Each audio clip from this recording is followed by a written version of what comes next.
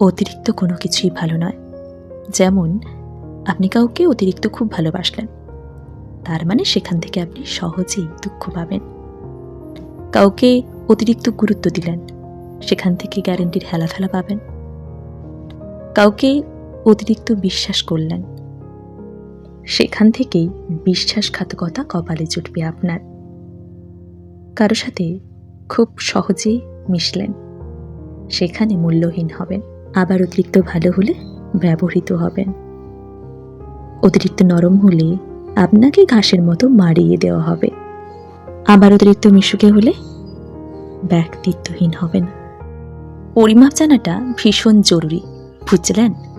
কখন, কোথায় এবং কার কাছে, এই বিষয়গুলো জানা দরকার। 5 টাকার কাপে 5 টাকার চা ঢালা শিখতে হবে, নয়তো টাকা আর চায়ের অপচয় কাপ করছে না, আপনিই করছেন।